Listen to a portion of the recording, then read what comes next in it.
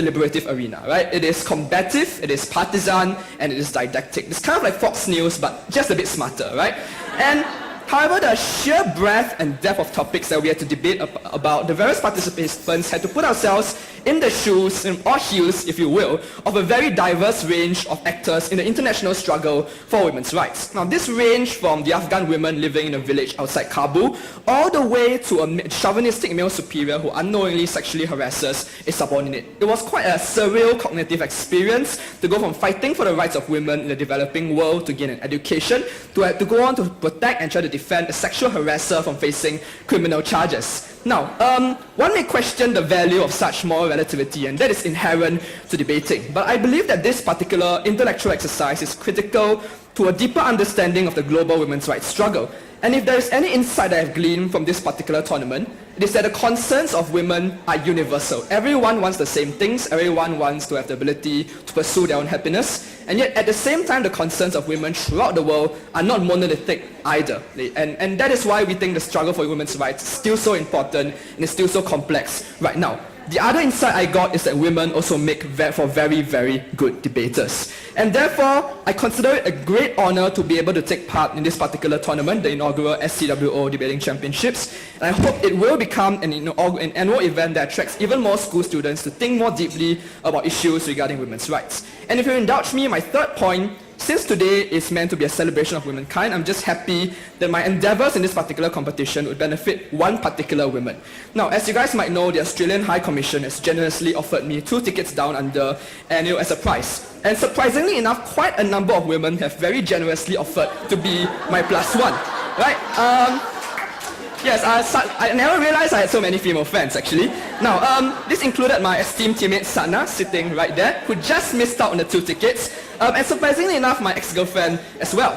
However, ex being the key word here, yeah. So, at the end though, I decided that the main beneficiary of the prize will be my mother, and yeah. She's never been outside Asia before, and I think that of all the women I have infuriated in my life, and that is a lot, she indisputably ranks first. So I'm just very happy that on International Women's Rights Day, the most important women in my life will get to reap that particular reward. So that's all I have. Thank you so much for your indulgence, and happy International Women's Day.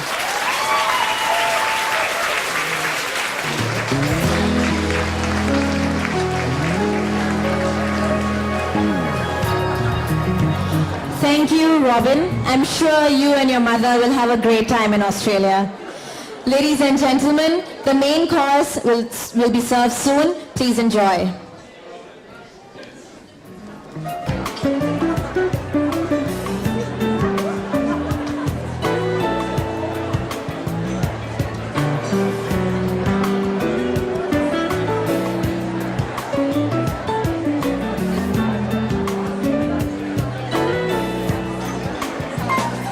Ladies and gentlemen, we hope you're enjoying the food so far. We will be starting again shortly. Meanwhile, may I please have on stage Ms. Junie Fu, Lillian Teo, Irene Ang, Zarina Bryant, Juanita Woodward, and Janice Wee on stage. Thank you.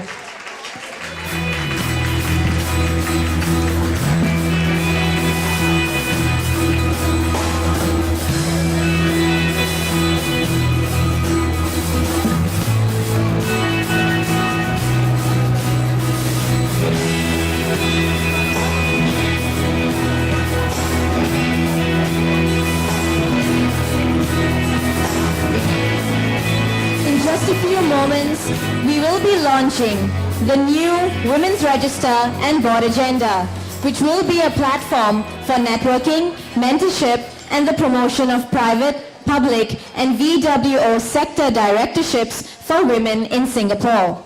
The beautiful women right here on stage with me form part of the Women's Register and Board Agenda Committee that has been working tirelessly on this new initiative. Unfortunately, not all of the committee members could be here tonight due to other commitments, but they have sent their congratulations and support for this exciting event. To launch the new Women's Register and Board Agenda, I would like to invite its advisor, Mrs. Yu-Fu Yishun, Minister of State for MCYS, on stage, accompanied by Dr. Ann Tan and Mrs. Huang, Chairperson and Co-Chair of this initiative. May we have a round of applause, please.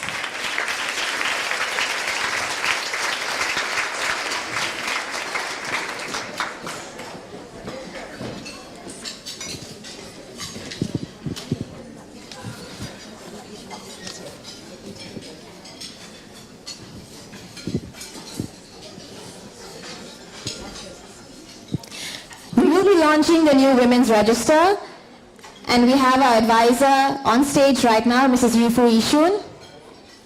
So if everybody is ready, let's do this in 5, 4, 3, 2, 1.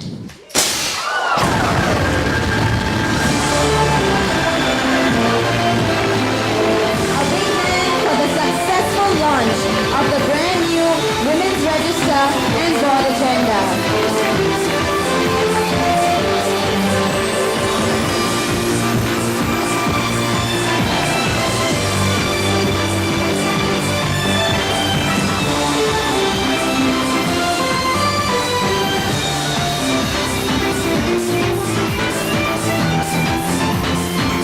This new initiative was mentioned earlier as well, and it is a huge opportunity for all women in Singapore.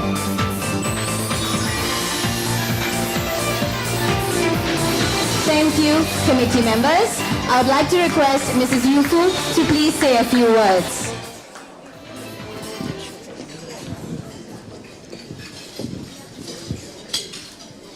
Mrs. S.R. Nathan, Guest of Honor and Patron of SCWO, Minister Mrs. Lim Hui Hua, Your Excellencies, Mrs. Laura Huang, President of SCWO, distinguished guests, ladies and gentlemen. I'm so happy to see so many gentlemen are here. You're very brave men. Tonight's theme of SCWO's International Women's Day celebrations, Creating the Future, Women in Society, Economy and Government, is both timely and relevant. Women in Singapore have made significant achievements in various fronts. Just now in the interview, you noticed that in early 70s, women workers earned only $3. Today, I think in Parliament we talk about the lowest income group is about $1,500 or below. As the umbrella body for women's organization, SCWO wants to ensure that the legacy of women's contribution and achievements continues. SCWO's online directory called the Women's Register is an essential platform in this endeavor. It is a platform for networking, education, mentoring, inspiration, and service. So dear women, we always work very hard. So when I see the word service, so you are putting up your name to serve again. Over the weekend, Deputy Prime Minister Teo Chee Hean announced the People's Association Women's Executive Committee's new initiative, which complements the Women's Register. Aptly named her Cozy E-Corner, it is a virtual club for women to interact as well as obtain information regarding a wide range of women-related topics and interests. So I'm very happy that People Association Women Executive are here. Can you please stand up?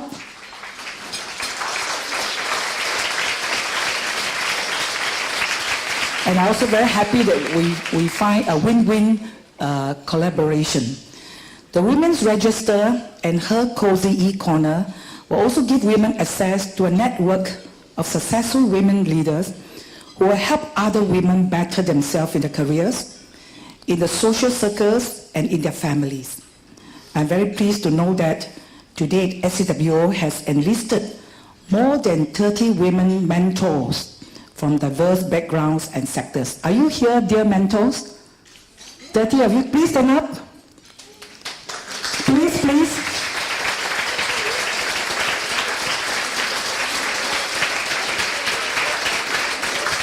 Thank you. I'm so happy that you can see the women are from all walks of life and they are leaders in their own right.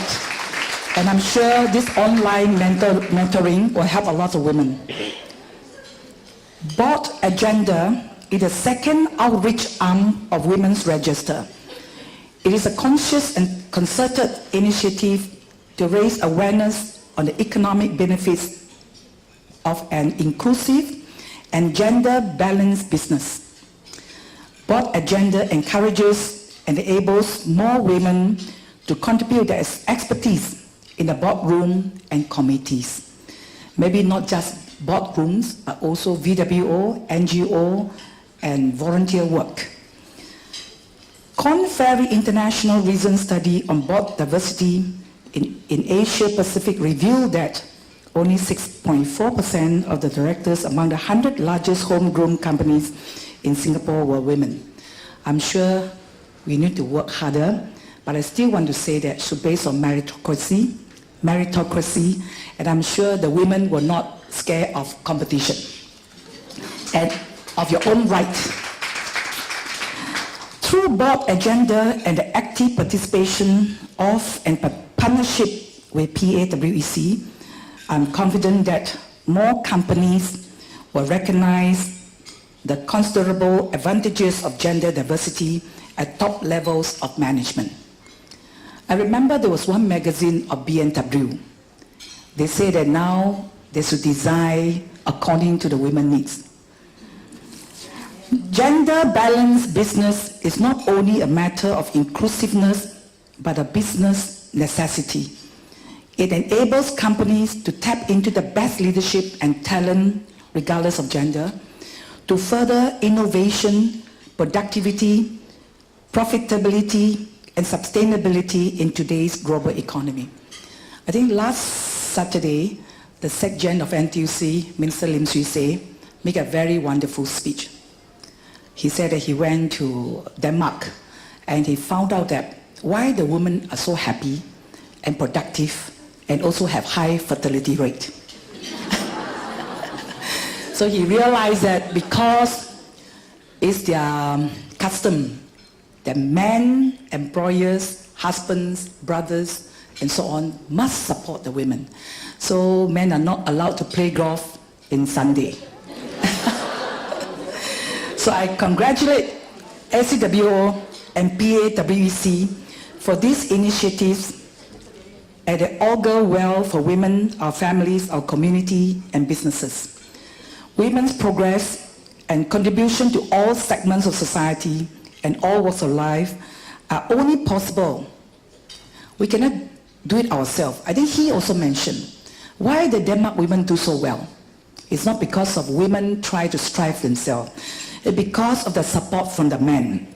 So therefore, I think the men must take partnership and stakeholders with the women, our family members, communities, societies, employers, and trade unions.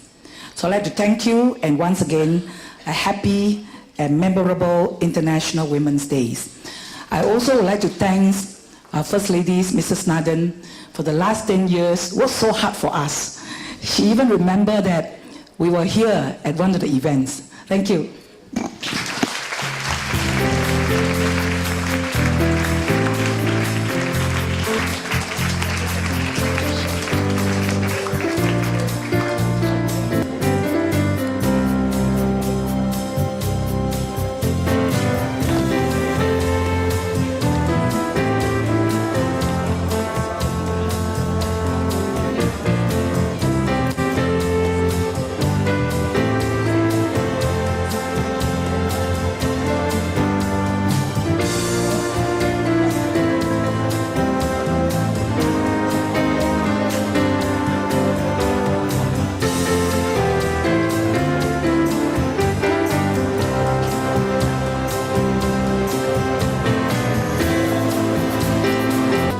Next is an exhilarating dance performance by Jazz Kids.